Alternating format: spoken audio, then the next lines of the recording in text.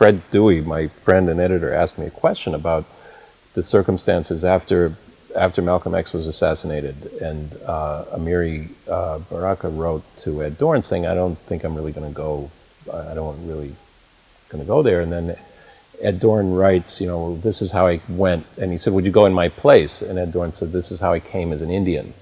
And it was actually, he wasn't kidding, because he had just come off the road trip where he wrote the Shoshonians.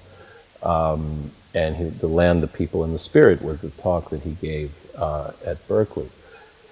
But while I was doing this, I realized, I was thinking about Olson, like, how did people react to, because some people were completely mesmerized, electrified by Olson's taking the stage and not leaving and talking and not reading poetry, and they were just like enthralled.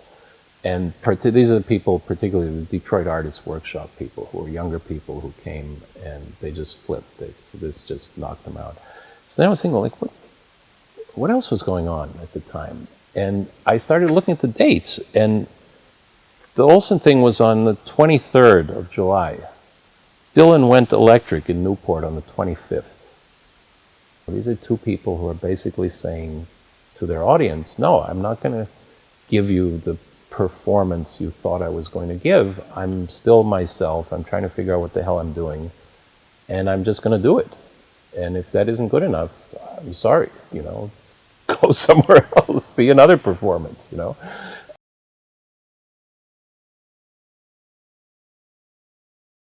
Olson did write a Fulbright application to go to Iraq, and this is what he wrote in his proposal to the committee. My desire is to go to Iraq to steep myself on the ground in all aspects of Sumerian civilization, its apparent origins in the surrounding plateaus of the Central Valley, the valley city sites themselves, and the works of them, especially the architecture and the people's cuneiform texts. The point of a year of such work at the sites and in collection is a double one. One, to lock up translations from the clay tablets, conspicuously the poems and myths. These translations and transpositions have been in progress for 4 years. And two, to fasten by the live sense that only the factual ground gives, the text of a book, one half of which is Sumer, the other half is the Maya, and the intent in putting these two civilizations, and especially their arts, together is to try and make clear by such juxtaposition the nature of the force of origins, in the one case at the root of Western civilization, and the other at the root of American Indian civilization. The further intent is that such a study throw usable light on the present, the premise of such a study of origins being that the present is such a time that just now any light which can lead to a redefinition of man is a crucial necessity, that it is necessary if we are to arrive at a fresh ground for a concept of, quote, humanism, unquote. Such a proposition, coming from a highly trained scholar refusing the straitjacket of administered knowledge, constituted a radical break with almost all acceptable uses to which knowledge and research could be put. The scope of Olson's interests, his combination of curiosity and erudition, poetic creativity, political experience, and sense of rooted history, coupled with his willingness to pursue apparently esoteric knowledge without a specialized degree, must have alarmed the committee readers of his proposal, given the function the Fulbright program was created to serve. Indeed, while serving as rector and teaching at Black Mountain College in the mountains of North Carolina, Olson had a visitation from the FBI. Meeting the world on his terms, Olson was woken up by the agents and met them at the door naked, reaching for a towel when he realized who they were, welcoming them in. He later wrote to Creeley, whom he'd brought to Black Mountain to teach, I imagine I did say to you that I doubted state, capital state, meaning the State Department, would take a risk on me at such outposts of the empire as Istanbul or Tehran, simply that in such places they can't afford more than pink-cheeked servants.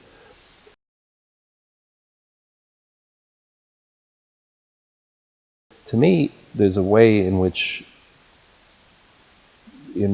culture or influence works where there doesn't need to be anything direct at all. There doesn't need to be even any acknowledgement, but one person or a group of people can clear the ground for other kinds of work to be done. And I think that this is, again, something very characteristic of this period and very characteristic of Olson, in that Olson saw the work that he was doing as part of a much larger effort, you know, in which other people would take their own, you know, find themselves in the work that they could do. And so that it becomes a kind of collective work. which I think people tend to miss out on. And there's a wonderful quote somewhere in an interview with Ed Dorn where he's being asked about a certain type of thing and why doesn't he write in that vein or write about this thing. And he says, well, I don't, because I think it's being well handled by other people, and I don't think I need to add to that because I'm not particularly good at it, and so I need to do this other thing. First of all, you're talking about a very small group of people to begin with, and so one person is doing this, another person is doing that, and I think that this is, and I think you see the influence of that even in something like the Black Arts movement. I mean, and Baraka said, he said Black Mountain is a good model for some of what he was doing. But that was a case, again, where, okay, we're going to do theater, these people are going to do workshops, these people are going to teach kids, these people are going to, it's a thinking about, you have a problem at hand or you're at a particular juncture in a culture or politics, how are you going to attack it?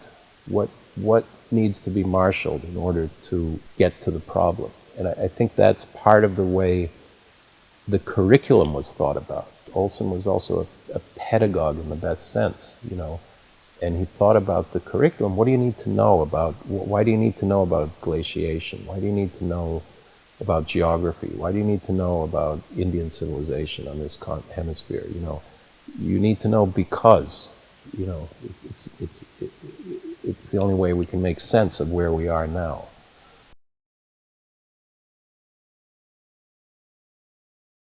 The Mexican edition of the later Maximus poems, translated wonderfully by Ricardo Cazares.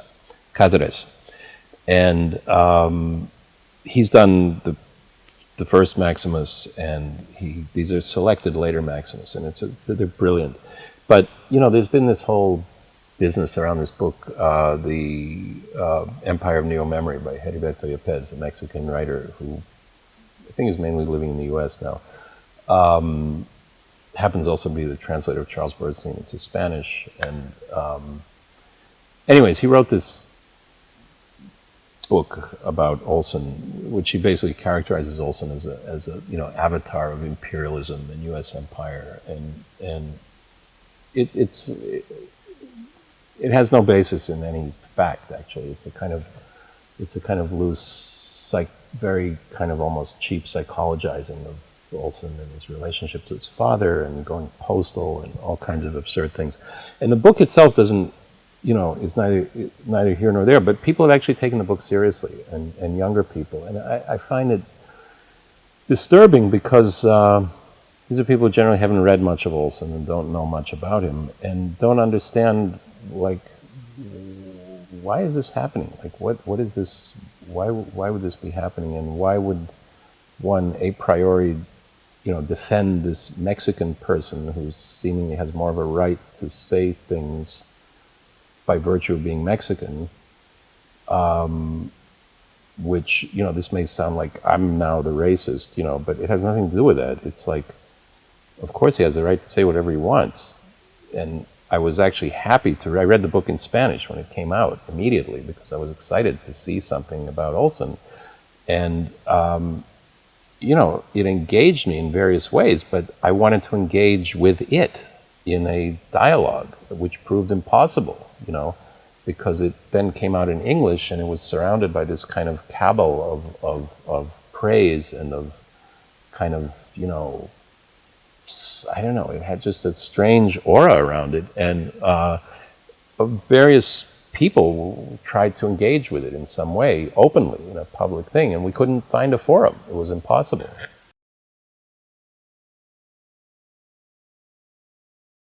Charles Olson was judged a failure by the Cold War technocrats administering U.S.-American culture, but the world has not yet caught up to the universe engendered by his thought, poetics, and form. A major component of this thought is Olson's concept of the human universe, meant to displace the static generality of discourse and the centrality of the individual subject by establishing a cosmos in which to be human once again means being one among many, the animal, vegetal, mineral, astral, and spiritual. No matter how long critics have harped on Olson as derivative of Pound and Williams, there is nothing quite like the Maximus poems, nor had there been until then. And the later Maximus poems, with all their problematic textual history presented so majestically and brilliantly here in selections by Ricardo Cáceres, remain the least examined and perhaps most fertile field in which Olson's thought takes poetic form. These poems have the feel of newly discovered ancient texts, in which the fragments are never contrived or manufactured, but wrestled out of the crucible of a lifelong struggle with soundings, form, and meaning. In a context in which Olson has been caricatured in Mexico as a representative of North American imperialism, a grotesque and comical assertion bearing no relationship to the facts of his actual life, writing, and actions, the importance of Cáceres' sensitivity to historical context and poetic nuance cannot be overemphasized. That this translation should be Mexican and appear in Mexico is particularly significant, and the work of Cáceres is a true event in the wider sphere of a poetic possibility we attempt to inhabit in the hope it may yield some deeper ties. So that's kind of, I felt like, ironically, this was the one place where I actually had a way of publicly responding to this thing in a kind of convoluted way as a blurb on the back of a book. But I felt like this is a good spot for it to be in because it's there and it's on the book.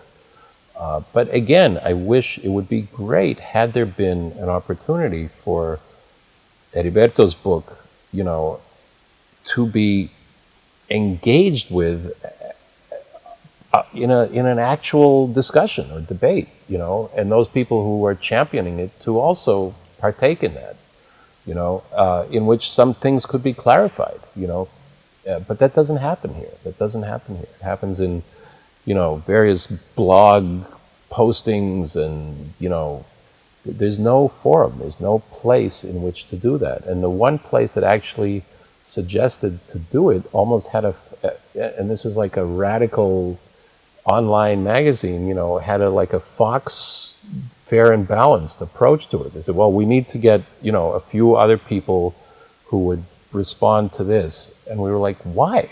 We can, I as an individual, somebody else as an individual, as Benjamin Hollander or me or Jack Hirschman or whomever can write something and it can be responded to and we can engage in a forum or a discussion. Like, why do we have to, why do we need this?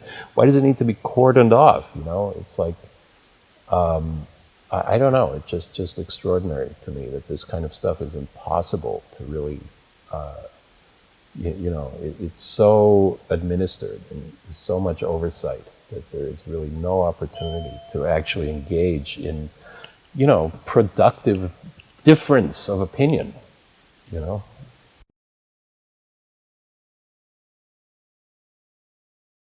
One of the things that I always wondered about was how my parents got to Gloucester. And I kind of think I figured it out, even though I had never really asked my father, who died in, I don't know, I'm like 2008. And my mother wasn't sure about it, but I suspect that what happened was my parents were both from what was then Yugoslavia. They were refugees in Italy, and they stayed in Rome after the war until 1951, and that's where my father first started exhibiting. And there he met a lot of people, including somebody who would become his best friend, Mirko Basaldella. Mirko was one of three brothers, all great artists, Mirko, Afro, and Dino. And you'll see some of Mirko's sculptures around here that I'll show you in a minute. But Mirko's brother-in-law was Corrado Cali, who was an artist. And Cali had left Italy after Mussolini's laws went into effect, and Cali was part Jewish. I think he had first sent his daughter to the U.S. somehow, and he had come, and he ended up in the U.S. Army, and he ended up as one of the people who liberated Buchenwald. And he did a series of extraordinary drawings of what he saw there. And somehow he met Olson in Washington, and they hit it off very, very magically, because I think Cali didn't have much English and Olson didn't have much Italian, and they just kind of like grunted and gestured with each other for days. And the poem La Préface, the very important poem by Olson, which I believe is the first poem that I'm aware of that references the death camps,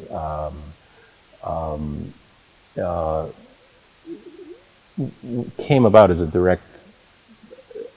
directly out of his meeting with Kali. And this here, I don't know if that is showing up, Y and X, which was published by Crosby's Black Sun Press, has drawings by Kali. But I also discovered, and I did not know this in Ralph Maud's, Charles Olson's reading a biography, where Olson had met Mirko in the 40s, had gone to see exhibits of Mirko in the 40s. And so that, again, it just ties that up very, very personally. I mean, Mirko was a dear, dear family friend. I remember, you know, the day he died, my father went up to the studio and he was so angry. He just painted this huge painting in one day. He always considered it his favorite painting. And he said he just like attacked this canvas, you know, just went at it and just painted this thing. And he always talks about, my father started as an expressionist, and then he became an abstract painter, abstract expressionist, but it was always something like a horizon would always show up, you know. And he said when he painted this painting for Mirko, he was just killing the thing and just all over this thing. And he said at some point, like he thought he had like defeated this horizon, and it showed up, and he was just like, oh God, there's a horizon again. You know, it was like he couldn't get rid of it. You know, so he was in that landscape again, which was something that was such an Olsonian concept. You know, the landscape.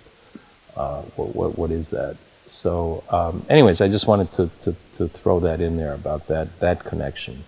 And Olson was very avidly interested in hearing news from anywhere. You know, I think that's what happened when he met my father. It's like here's somebody who has different news. He's had a different experience. It's one of the things that Charles mentioned. You know, Basil King has told me the story. Basil King, painter and writer who went to Black Mountain and had been in the Blitz in London and had come as a young person to the U.S. And Olson felt when he told Basil, he said, you're different than everybody else here. You've been through something else. And, you know, that's something you need to draw on.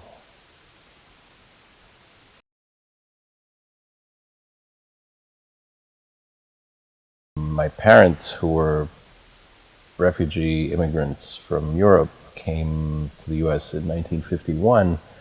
And my father, who was a painter, immediately started going to Gloucester around 1952, before I was born. And I was born in 56. And seemingly, like from, if I can move, let me just, I'm gonna fuck up this mic, but this book here, you getting that? Okay, that is my baby carriage.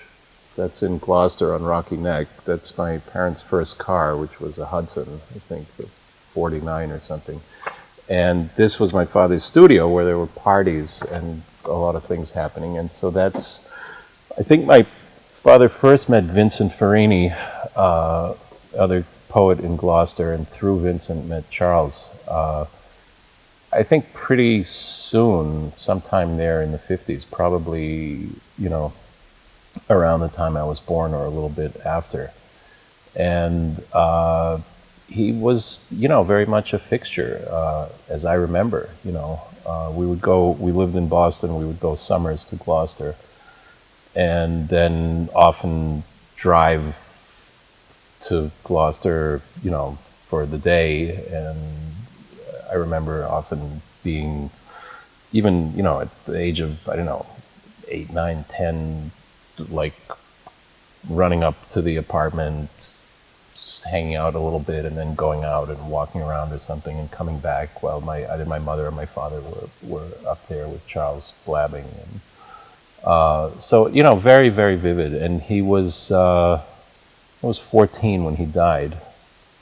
And I remember going to the funeral with my mother.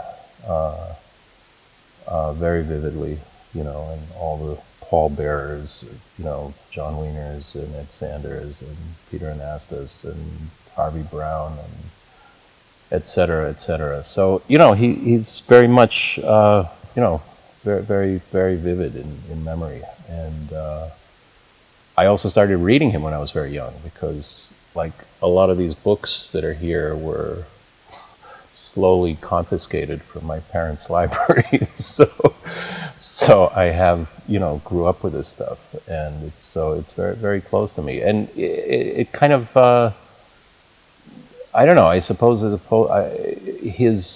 my interest in him has only increased, as I get older. I mean, it's always been there, but it just keeps increasing. I mean, I just find that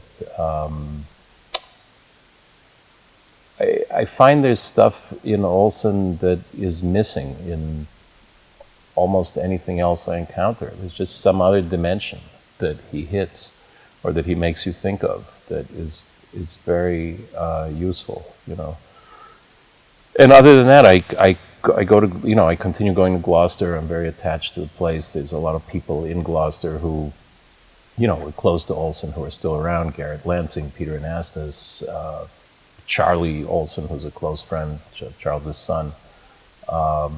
And so it's just very familiar. It's a very familiar part of, and I think also, for me particularly, it certainly cuts through a lot of the bullshit that has been biographically recorded. I mean, to begin with, there are stupidities going around. I mean, one kind of egregious, looking at Olson as like the patriarchal imperialist. Well, the patriarchal imperialist, had no money ever, and my father and friends used to go buy groceries and leave them on the porch. The patriarchal imperialist lived a life of poverty in order to do his work, and at great cost to family and others. But that's what he did, and he turned his back on all institutional life in order to create other forms of consciousness and of thought, and it's a very radical move that I think is still needs exploration, still needs exploration.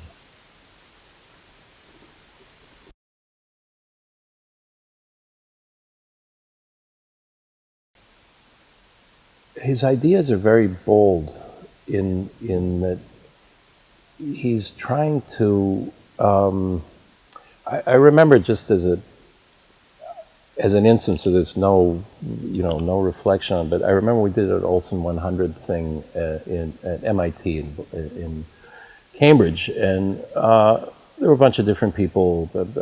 Fanny Howe was there, and I remember Charles Bernstein was there, and at the Q&A, I remember Charles said something about, he was comparing Frank O'Hara's personism to Olson's projective verse, and I just said, like, Charles, I love Frank O'Hara, great poet, but you're talking about apples and oranges here. Olson was rethinking the whole idea of the Western curriculum, of, what where this hemisphere fits in a cosmological and historical, sense, from glaciation to the present. It's like a different endeavor. It's like there's some larger things at stake, and so I think that that's, people get caught up. Like one of the things that has always struck me is. And this is something I've taught for years, I've thought about for years, and I'm more and more clear about it. The Cold War in the U.S., the national security state, the whole apparatus around the growth of academia and the administration of knowledge was a very, very, very repressive situation, not in a Russian sense, but in a more insidious way, in which, thought was really, really diminished. And I'm convinced that best thought of the period is completely under the surface. It's through the letters of writers, it's through the correspondence of poets, it's through the extra poetic thinking of poets. And Olson is the spur of that. Olson is the inspiration out of which that flares up. Obviously there are antecedents, there are other people, but if you really start to look and see what ideas people go back to, they originate in Olson. They pretty much originate in Olson. And they're very radical ideas. And some of them may be, you know, who knows? They may not be, you know, they may not quote unquote hold water, but who cares? They create new thought, you know. And there's a absolute through line of Olson's exit from the official world, from politics and from academia, to the counterculture of the 60s, and it's completely evident at the Berkeley Poetry Conference. You know, the people who come there from the Detroit Artists Workshop, who then become, you know, there's a through line from the MC5 to punk. You know, John Sinclair is at that thing, Ed Sanders is at that thing. You know, there's a through line from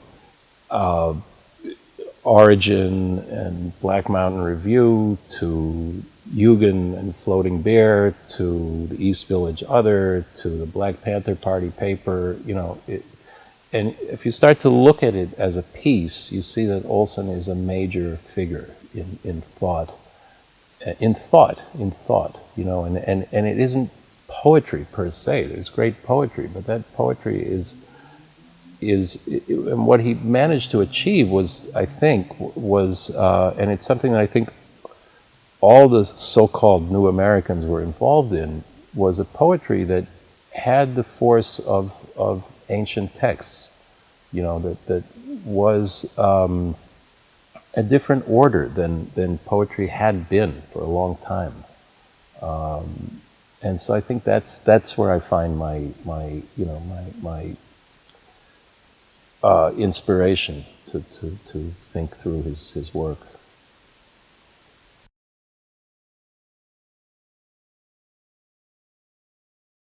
How can I put it? I think there's been, first of all, misunderstanding of the intent of that, and a certain ossification of its meaning, you know, and you know, one of my first thoughts in the police murder of the guy from Staten Island was, you know, I can't breathe. I can't breathe. The guy who had asthma, I can't breathe, you know.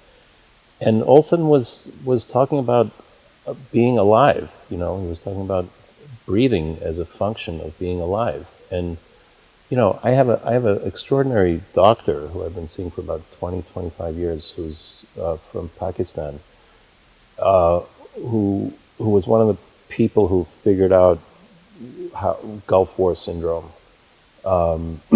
And he's said to me on numerous occasions, he said, for 50 years of practice, he said, if you ask me what it boils down to, in the end, you have to know how to breathe. And he said, I've seen so many people save themselves in a critical situation by breathing correctly. So Olson is reaching with projective verse to the fundamental. If you can't breathe, you're not alive.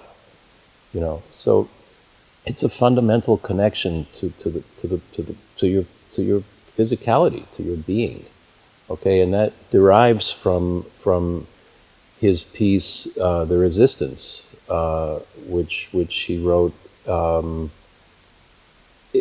Look, after the Second World War, with the revelation of the death camps and you know, the nuclear bomb, there's a general crisis. I mean, Jean-Paul Sartre in what is literature says that the crisis of our time is a poetic crisis. Okay, Sartre says that. Okay, so you can imagine how somebody like Olson, who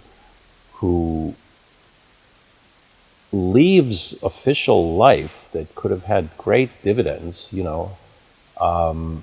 could have had a very serious political career. He was obviously very talented in politics.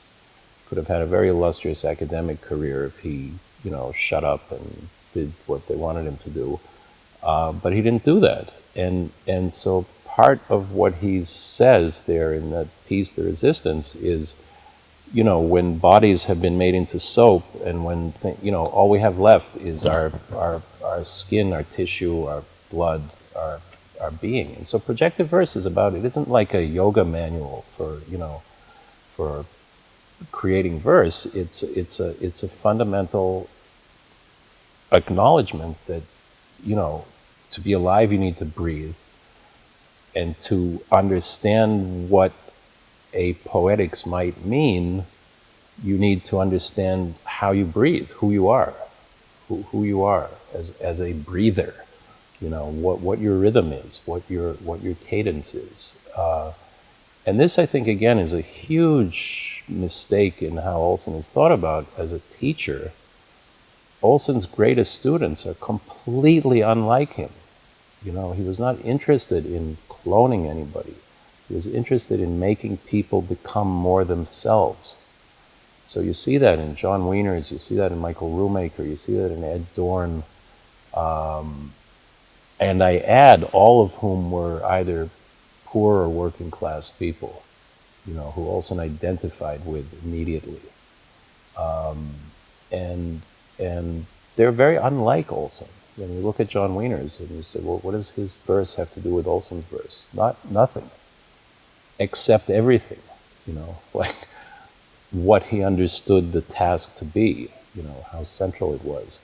So I think that the projective verse thing is kind of a bit of a, what's that phrase, a red herring, I think on the one hand too much is made of it and not enough is made of it, and I don't think it's a manual. I think it's certainly a manifesto, but it's a manifesto that I think is very misinterpreted.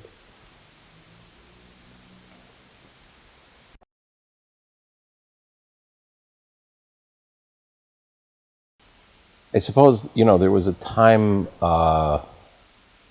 somewhat, some years after he died, probably, where there seemed to be like some possibility that he might kind of slip through and become academicized in some way, and that didn't happen, thankfully, in some sense, very thankfully. And I think then there was, then there were the whole gender issues that were created around him. And one of the texts in A Little History is that, that was kind of, let's say that was codified by Marjorie Perloff. And, one of the problems with that was that she was just trying to administer. She was trying to administer because I just at random gathered quotes from about 20 major women poets discussing their, influence of Olson, relationship to Olson, problems with Olson, but that he was very present in how they were thinking about things. So my point of that exercise was just to show that, once you start administering knowledge, you're basically negating experience. You're negating even women who, let's say, Marjorie Perloff writes positively about. She's negating their actuality. Okay, so you have a basic problem in that kind of scholarship. Then what you have is the total kind of decades of total negativity, like beginning with language poets and going on to some extent, into, I think, an era of some younger people who just don't know the work, or they know it anthologized. So that you have a phenomenon where a book like this, Empire of Neo-Memory by Heriberto Yepes, can come out in English and people can actually take it seriously, which it's like on the face of it, it's just like an absurd book. in so many ways. And it's like, it's cool because, that needs a voice, and, it's all within this kind of identity, ecumenical, I'm all right, you're all right, everybody's got an opinion, and you can't actually have a debate about something like that.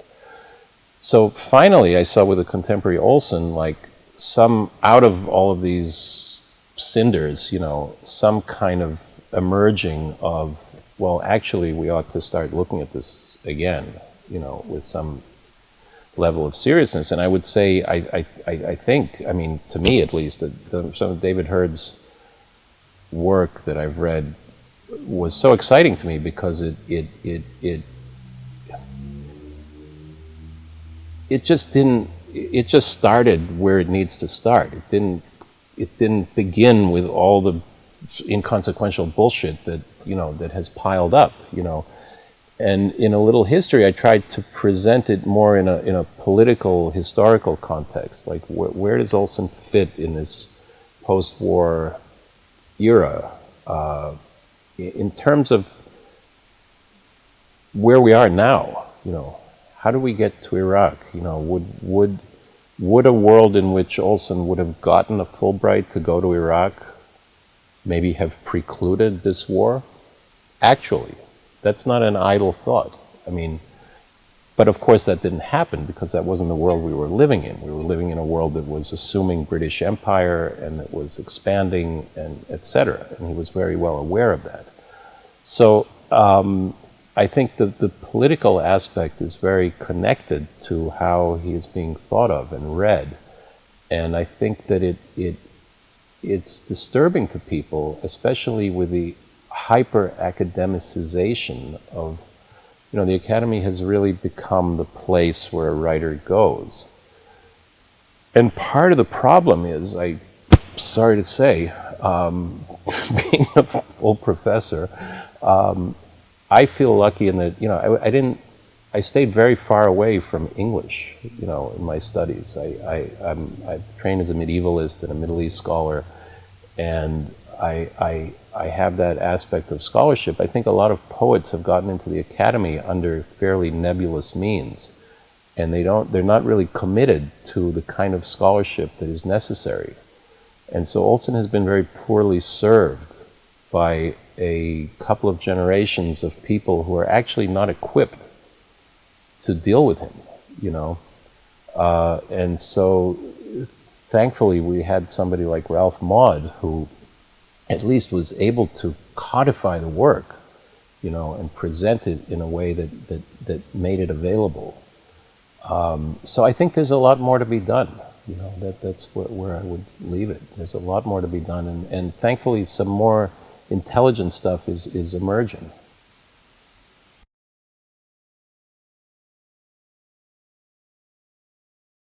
It strikes me that and couple of things. First, over the last few years, I started to put the U.S.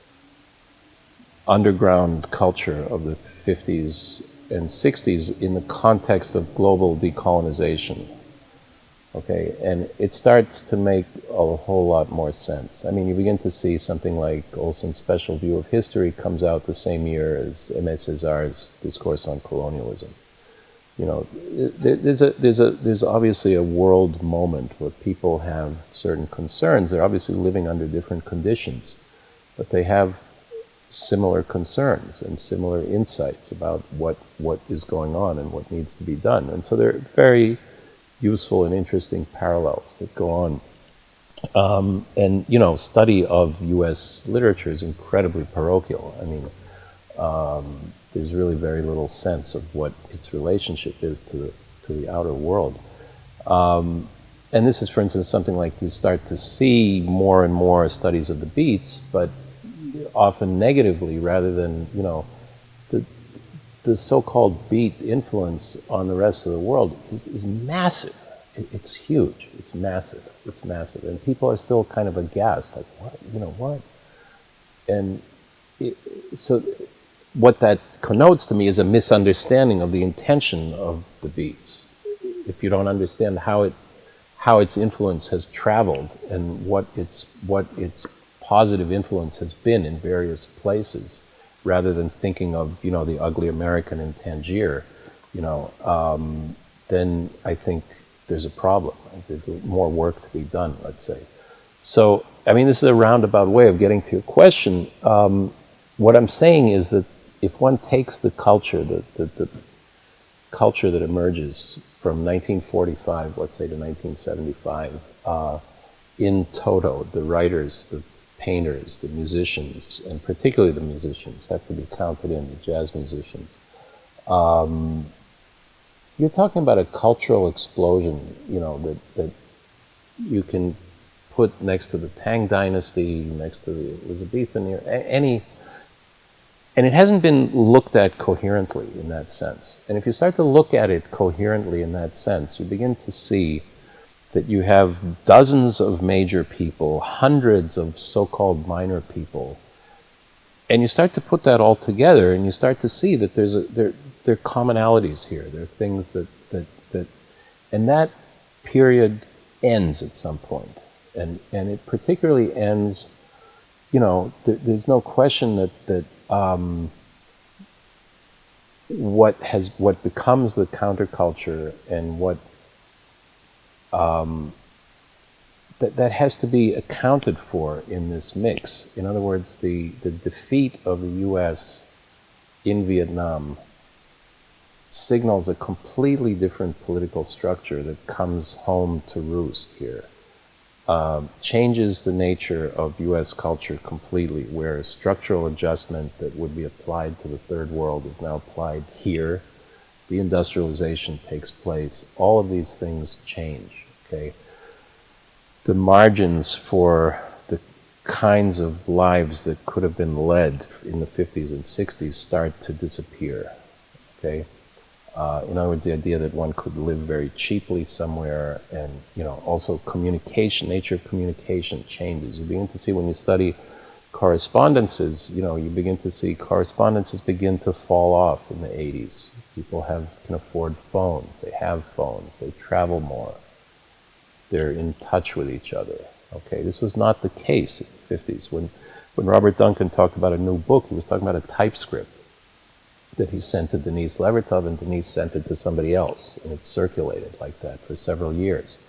Okay, so I think all kinds of redefinitions need to happen in terms of technological change, in terms of political change, and so a certain culture does, I believe, Ed Dorn in his Olson lectures says about 1970 and the death of Olson, he says, something died besides the person.